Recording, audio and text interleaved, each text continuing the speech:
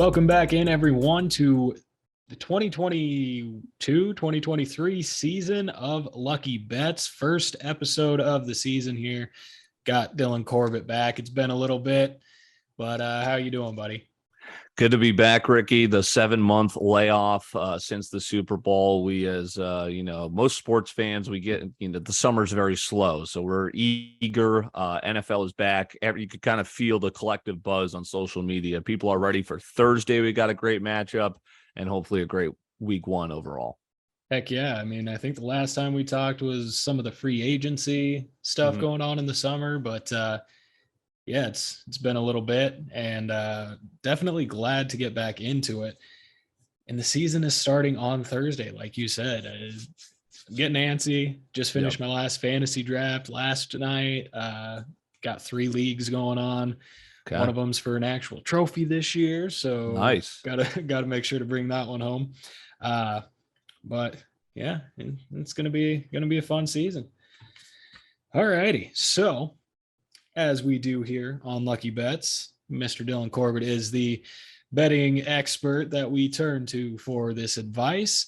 Dylan, let's hop in, look at some of the betting lines for opening week. From what I looked at, a lot of it's pretty close right down the middle for most of them. What are some lines that stand out to you? You know what? It's interesting. I will say, just kind of with a general look, it's like, a lot of the lines make sense, but they're tricky. It's like you could see, it's like, all right, I see why this team's favored, obviously. Like you look at the Saints and Falcons, road favorite. Okay, what are we going to get out of the Saints? Sean Payton era done. Taysom Hill era at quarterback, supposedly done. You look at the Falcons, terrible team, right? Mariota's the quarterback, but that's one of those where it's like, they could totally win that. You kind of just sometimes with these games, just close your eyes and it's like, wait a second. Okay. Yeah. I understand the Saints should probably win by a touchdown, but how many times in the NFL any given Sunday can happen? So that's where I'm thinking, I think we're going to learn a lot on this week one, right? I think it's either going to be a lot of favorites rolling where everyone's like, all right, we kind of knew what was happening going into week one, or it's absolute chaos and everyone's already like, all right, great. We're back. NFL. Upsets galore. So I'm excited. I think one line I was looking at jumps out. We just talked about it Thursday. Buffalo Bills, the favorite to win the Super Bowl this year, favored to win this game in LA. It's like this team's never won a Super Bowl in franchise history. Don't get me wrong. I love the roster. Your boy, Von Miller there. But these are the world champs coming in there. All of a sudden, they're going to have the trophy presentation, and they're just expected to lose week one. I think that's super interesting to me. I think that might be my first play of the official regular season is I like the Rams. I'll take the points, I guess, because it's 2.5, but I could see them winning that outright at home. I mean, these might be 2 of the top 5 teams in the NFL. And, we're expected to just think that Buffalo's going to roll in there and immediately start off in their Super Bowl campaign. That's an interesting line that jumps out to me, and I guess we'll all get to watch on Thursday. Yeah, that's one I was looking at as well because it's obviously going to be a really good game. But like you said, the Rams are the Super Bowl champs. I mean, they're coming in. If you look at it, not a lot has changed on their end. I mean, they got another maybe heavy hitter at wide receiver with Allen Robinson, but We'll have to see kind of how that plays out. The Bills, they're pretty much looking the same as well. I mean, not a whole lot of big changes. We've seen quite a few teams have some big changes and we don't know what we're going to get out of them. Mm-hmm. Both these teams, I think we know what we're going to get. And I do, especially with the Rams being the dog in it. I think it's going to be pretty good. Is that me? Yeah. Got something going on outside. I'm not sure, probably the garbage truck, but was hearing a little interference in my ears. All right. So yeah, I like the Rams there as well. That's one that I had written down as well. And the public's all over the Bills, not only in this game, but for the season. I'm just not ready to give them the crown yet to coronate them champions when they haven't done it yet. I mean, look, they weren't even in their own conference championship last year. They should have been, right? In that crazy game with the Chiefs, but I don't know.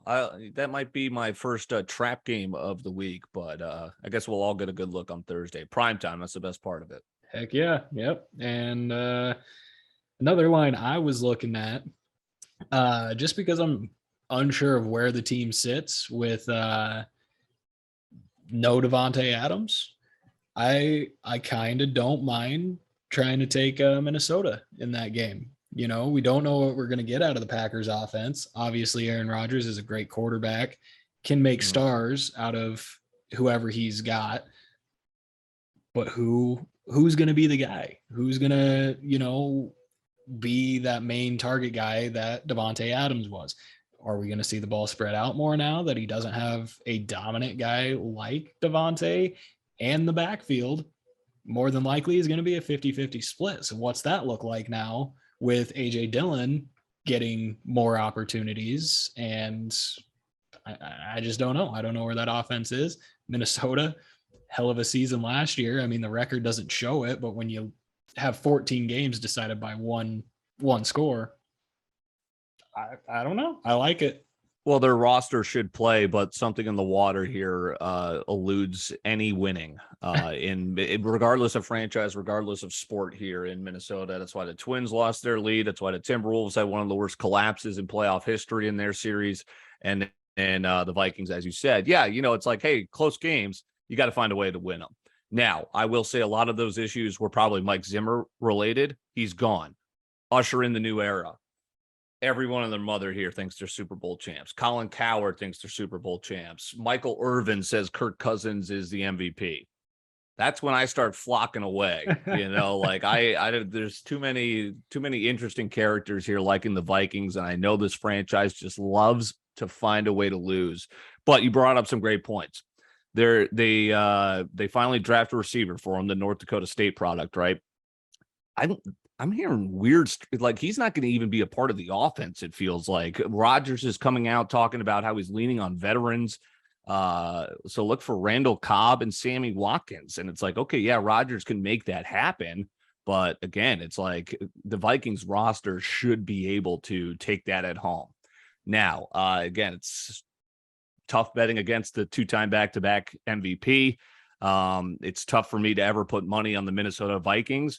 But I like where you're thinking here because this would be a huge statement win. That place is going to be going crazy at the bank for opening weekend. Everyone has the same kind of itch for the new season, thinking that everyone can run the table. We're all level at 0-0. But look, the line is short. That's what's interesting. And another chance here for the Vikings as a home underdog, like how you and I both like the Rams.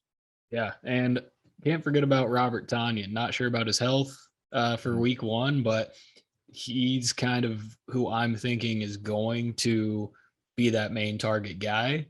That's why I picked him up in every single fantasy league I have. He's not going to be my starter right away, but I like the prospect of him possibly being the watered down Devontae Adams for this Packers offense. Sure. Again, week one, I just think there's too many question marks on Green Bay's side, and you know, Minnesota's kind of starting to get it figured out. They were starting to get it figured out last year. So I think especially week one with all the questions, I like them for that game. Who else you got?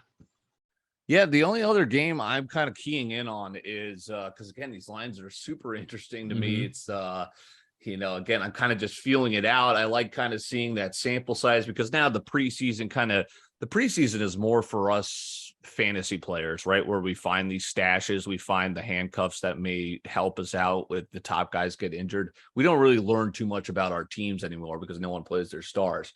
So again, I'm looking, it's like, oh, geez, I could see either of these lines going any other way. The one I'm looking on, locking in on is, and I don't like either of these teams, but the Commanders are favored at home for a reason against the Jaguars. And I don't know why the public loves the Jaguars. I think they're thinking, hey, Travis Etienne Jr. coming back. What's he going to do? Trevor Lawrence, is he going to be Joe Burrow in year 2? Christian Kirk?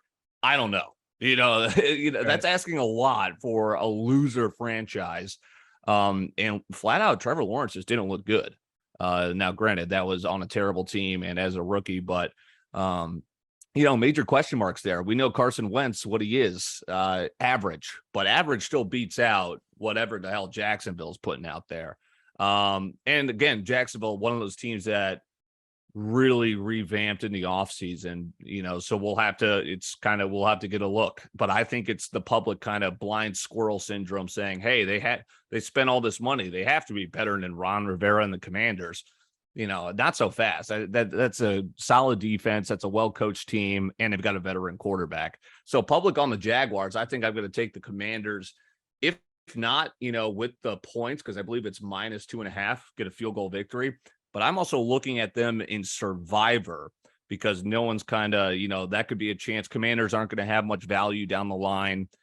Jaguars coming in. No one's really keying in on this game. That's where I'm kind of pinpointing here and see if Carson Wentz can sneak out a victory at home. For sure. Yeah, I like Washington. There is the question mark. It's a new quarterback, but I would say Carson Wentz is a upgrade from Taylor Heineke. You still have Scary Terry, who is an absolute stud. The backfield's a bit of a question. Brian Robinson was supposed to kind of be a key part of that backfield. Obviously, his situation, rather unfortunate, but he'll be back at some point. But for week one, Antonio Gibson, I still like him. I don't know why Washington doesn't. Yeah, but, right.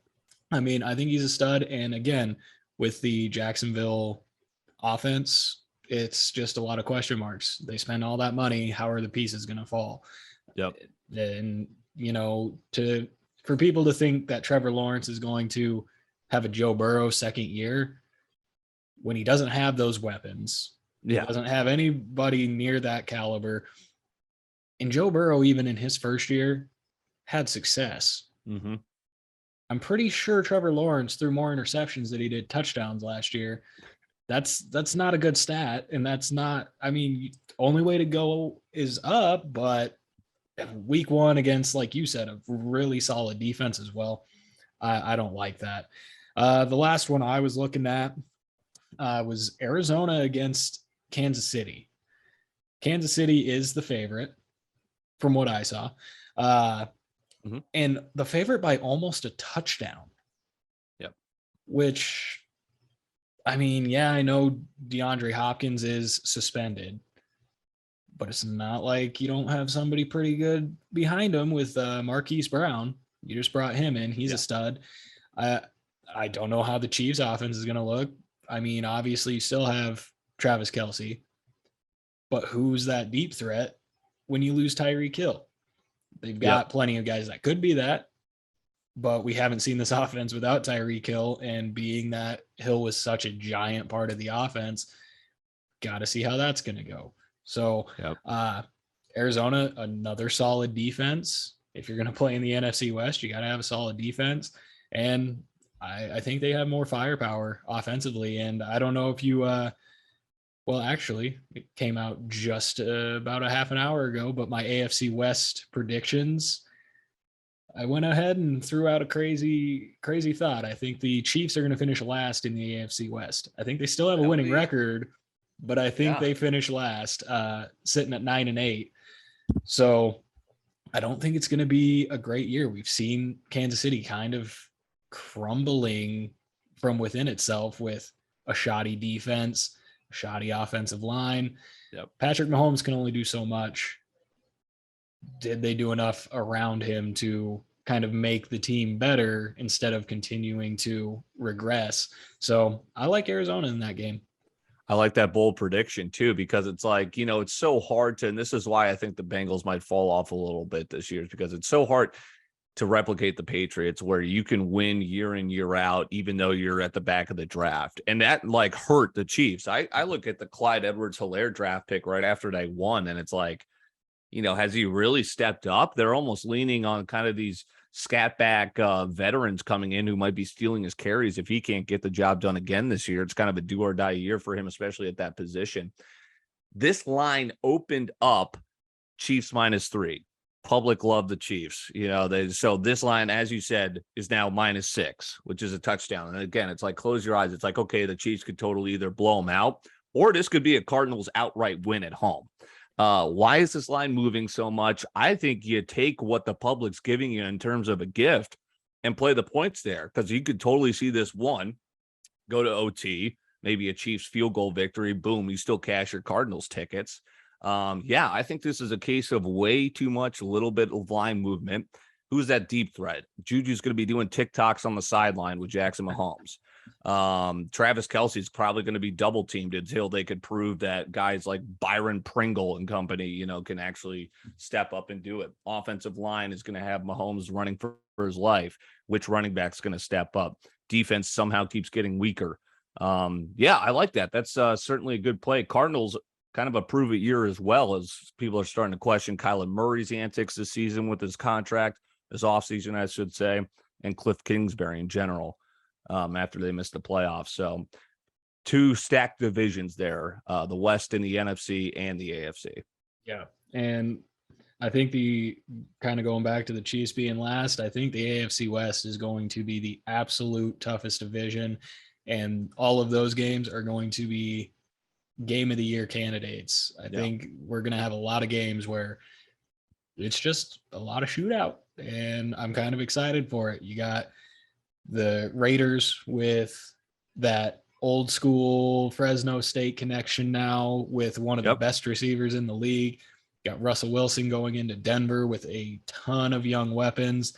You got the Chargers just, I can only imagine building, because they've, for the last 2 years, have continued to build and become a better team. And they went out, made their defense better.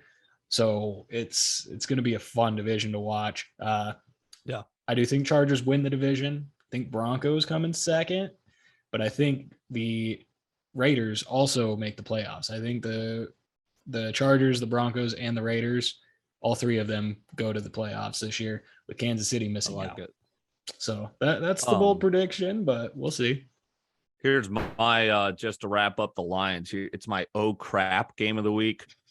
I already see the writing on the wall. Boston College, my team, loses as a 9-point favorite to Rutgers. The Colts, my new team, Matt Ryan, right? Jump ship. I jumped with them. Boston College ties.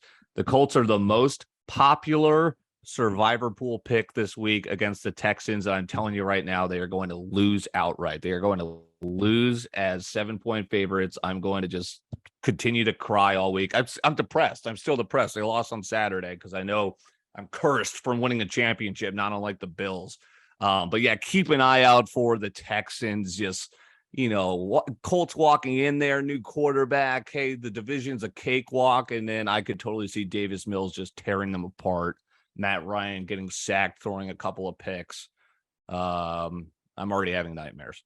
I wouldn't mind seeing a Houston outburst. I do have Brandon Cooks in every single league as well, so wouldn't mind seeing 30 points out of him. For opened as, Colts minus 7.5. Now it's down to 7. It's giving me the willies. I'll tell you that much. And if you want to speak of college football, the Ohio State Buckeyes pulled it out against number 5 Notre Dame. Ohio State normally doesn't have those cakewalk games like Alabama and all those other teams. So pretty happy about that week 1 win. Didn't look all the prettiest, but that's what happens when you play inside the top 5 for week 1. Yeah, I think Notre Dame's a little bit overrated, but I can't really talk. Look at my team. It's just, good God, look at what Georgia did to Oregon. It's like, college football is fun. You like rooting for your own team. It's going to be Alabama, Georgia again. You could write that in stone. I might as well tattoo it on my forehead right now. It's going to be those 2. Please do. Yeah. All right, let's hop into DFS real fast. So again, for those of you not familiar with DFS, I normally do it on DraftKings. You get a $50,000 budget. You get to spend the money on the players. Each player has a given price, and then you build out a lineup that way. So at the quarterback position for $6,800, I'm going to go with Jalen Hurts against the Detroit Lions. Jalen Hurts is maybe not a good NFL quarterback, but holy shit, he's pretty damn good for fantasy. And against the Detroit Lions, I really like that matchup. So I'm going with Hurts for $6,800. Love it. Sorry, you wanted to flip to me there. Yeah, I'm sticking kind of just $500 above you, but same thinking. Mobile quarterback, fantasy studs, Lamar Jackson. Interesting price, little 7,300. I think I'm going to put him in there as my quarterback. And because this could be another trap game. Is it going to be Joe Flacco? Is it going to be Zach Wilson? But then again, if it is Joe Flacco and the Ravens blow him out, is Lamar out of the game? That's my only worry, but I'm hoping that he can amass some rushing yards, maybe a rushing touchdown, and hopefully be my stallion in the quarterback slot. Heck yeah. At running back, I wanted to get either Jonathan Taylor or Derrick Henry in this slot. They both have real interesting matchups, but budget wouldn't allow that. So I went with Alvin Kamara against the Falcons. 7,600, rather pricey, but I like this offense with Jameis Winston. I think it's going to be a very pass-heavy offense. I don't know if Jameis Winston's going to throw a bunch of interceptions, but we do know one thing, that Alvin Kamara catches the football. So I really think, especially against Atlanta, who, no offense, but the defense is rather weak. I think he's got plenty of potential in a rather weak matchup for him. Yeah, you'll love this because I've got both Taylor and Henry as my running backs, and I'll tell you how I got it. I saved money on the receiver. We'll get to that in a little bit. Yeah, I mean, I'm locking and loading with Jackson, Taylor, Henry, kind of putting all my chips in the basket there, thinking that's going to get me a lot of points. I've got kind of some sleepers in the 3,000 price range for receiver that I'm hoping can get maybe 9, 10, and hoping that all those, like when you're going for Henry, Taylor, and Jackson in your lineup, you're expecting 20 plus points, so it's boom or bust, whether they get that. I'm hoping for the boom. So that's my stacked start. There you go. And for my second running back, I'm going with Josh Jacobs against the Chargers for 6,300. It's going to be tough. We don't necessarily know what his role is going to look like, but I think if the Raiders are able to move the ball passing, it's going to give him more opportunities down towards the goal line. Yeah. It's a completely touchdown dependent strategy, I think, for him right now, because I don't think he's going to get too involved in the pass game. We haven't seen that. But if he can punch in a touchdown, maybe even 2, that'd be huge. So, and it's a game where I think a lot of points are going to have to be scored. So I like taking Jacobs with the chance of maybe a couple rushing touchdowns there. So now there's 3 wide receiver spots. I don't know if there was 3 last year as well. I think so. Okay. Yeah. So my first one, I'm going Robert Woods against the Giants. New team, no AJ Brown, going to need that number 1 guy. We already know Robert Woods is a stud. What's he going to look like after his injury? Who knows? But I like the matchup. He was only 5,600, so I went ahead and got him for my first wide receiver. Then Michael Pittman against Houston, upgrade at quarterback. He's obviously the number 1 guy there. Who else do they really have? Right. I don't know who that number 2 is going to end up being. So I like Michael Pittman for the whole season, but especially against Houston, and for 5,500. I thought that was a pretty good deal. And then give me Mike Williams. Give me the number 2 for LA. Could even be the number 1. I mean, he had a really good season last year, and he was cheaper than Keenan Allen. So 6,600, still a little more pricey. But against Vegas, again, in a game where I think a lot of points are going to have to be scored, I'll take Mike Williams. Hopefully, a 7-catch, 100-yard game with maybe a touchdown mixed in. So I like that. That total, too, I think is one of the higher ones of the NFL slate at 52, 53. So expecting a lot of points in that Chargers-Raiders matchup. I'm matching you with Michael Pittman Jr. I think he's, like you said, it's him, Emmanuel Sanders, like is Paris Campbell healthy? What are you going to get out of Mo Alley Cox, Jelani Woods? So yeah, and again, against a weaker secondary, I like Pittman there. Solid price. All right, here's where I get cheap. I'm going Dotson for the Commanders. Again, I'm thinking Jacksonville's a weak team. No one's really talking about this game because no one really wants to watch this game. Right. So I'm kind of keying in the fantasy matchups there. So I'm playing Dotson again, hopefully maybe 3 catches, 35 yards and a touchdown, maybe 6 catches, 60 yards, trying to go for that kind of 12-point threshold there for him. How about, I hate the Giants, but how about Wan'Dale Robinson? Yeah. 3,000 flat. So basically the cheapest price you can get, allows me to get Henry, Taylor, and Jackson in there. And here's a guy where it's Daniel Jones is going to be looking for anything as the Giants have a new head coach. Big year for the Giants, big year for Daniel Jones specifically. Robinson, a speedy guy from Nebraska, who, can he step up when Sterling Shepard hasn't over the last couple of years? Is Kadarius Toney going to stay healthy? So I'm basically inserting a 3,000 guy in there. Robinson, a guy I've heard as kind of a stash candidate, a lot of sleepers. So I'll try and play him week 1. Hopefully not a lot of people are doing that. Yeah, that's a good pick. He's somebody that was on my radar for normal fantasy as well. Because again, it's an offense where who's the number one? They haven't established one, so up for grabs. He's got that chance. At tight end, a guy that I love, especially with the absence of DeAndre Hopkins, Zach Ertz, 4,400 going against Kansas City. Again, I think Kansas City's defense is depleting, so I like Zach Ertz with no number one guy there. I think Marquise Brown is obviously going to get his, but Zach Ertz, we saw last season when he went to the Cardinals, he was a stud, and Murray liked him. So I think it's a game that I think Arizona can win, and I think Zach Ertz becomes a part of that. So 4,400, give me Zach Ertz. My guy is $100 more expensive than him, and it was his replacement, Dallas Goedert. Here's a guy where it's like I felt like he should have taken a leap, and maybe he kind of did a little bit last year. But I keep seeing his name pop up this year I wound up drafting him in a lot of leagues, just kind of how he fell to me for how I was drafting. Dependable tight end. I kind of, I'm hoping to expect a lot from him. And hopefully it starts in week 1. Again, Eagles coming in. They should have a winnable game against the Lions. Hopefully Goddard can get into the red zone for a couple of targets. All right. And then we'll wrap up the DFS real quick. We've got Kenneth Gainwell at my flex going against Detroit.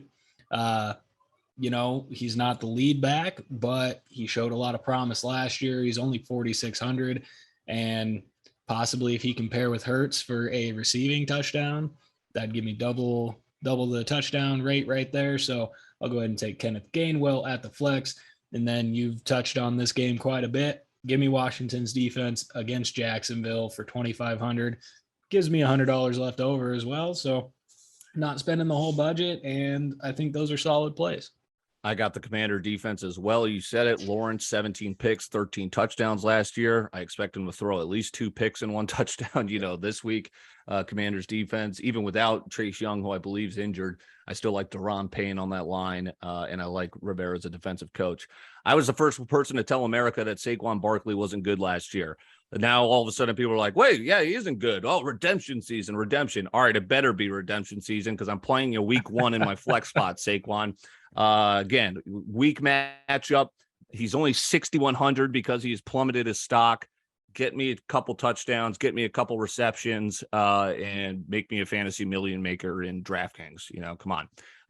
So that rounds out my lineup. There you go. And I had a conversation with a coworker. I think if Saquon and Christian McCaffrey can both stay healthy throughout the entire season, and that's a big if, they could be the top 2 running backs of the season, but we'll have to see. You've got fantasy advice coming up on my podcast, also dropping this week. So I've got some good questions kind of along those lines where it's like, who's going to be the fantasy MVP this year? We'll go positional rankings, but again, that's coming up. Heck yeah. All right. And then my favorite part of the show, the rapid fire prop bets. So we're going to start out Jonathan Taylor over under 94.5 rushing yards against Houston. Geez, smashing the over there. I think he's going to go for $140. They're going to lean on him. If Matt Ryan throws an early pick, I think they're just going to keep on the ground. There you go. I like the over there as well. Trey Lance over under, and assuming he starts, I'm pretty sure he was named the starter, right? Over under 1.5 touchdowns rushing against Chicago.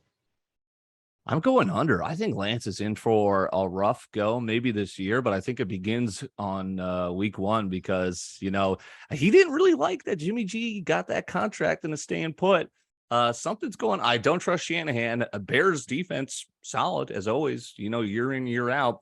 1.5 is interesting. Yeah, so I'll go under there for sure. I think Lance might struggle. And who knows, maybe Shanahan pulls a rabbit out of the hat and says, "Oh, Jimmy G's starting week 1, by the way." Yeah, or like at halftime, say Trey Lance is like 6 for 11 and he pulls Jimmy G at half. All right.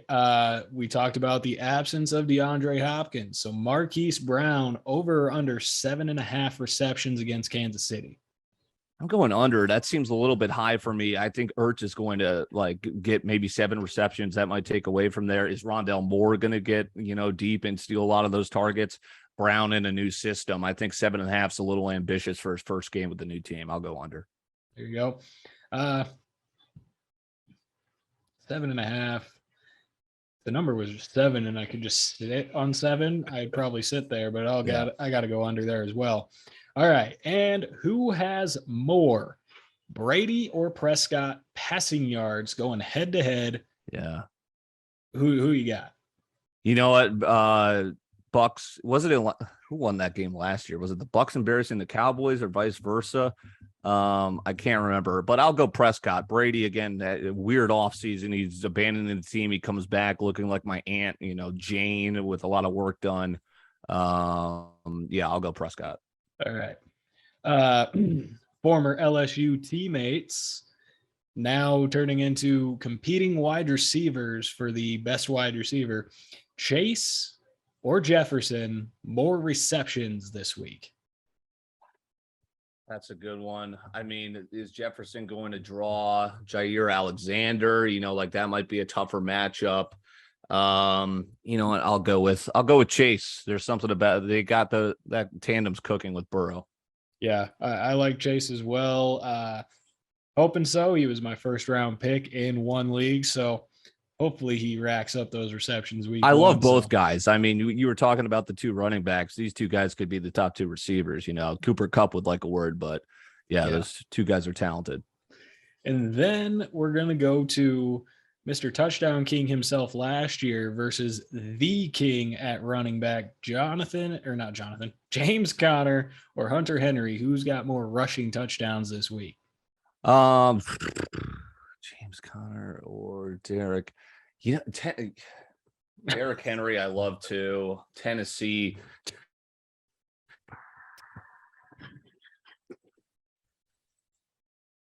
Technical difficulties there. My bad. You got me again. Yeah, he's back. All right. Sorry. I unplugged my mic there talking about Tennessee stinking. I was basically saying I hope Tennessee's not going to do well, as I'm hoping the Colts do well. Connor is a red zone threat. They're almost looking to him there. I'll say he's got the rushing touchdown.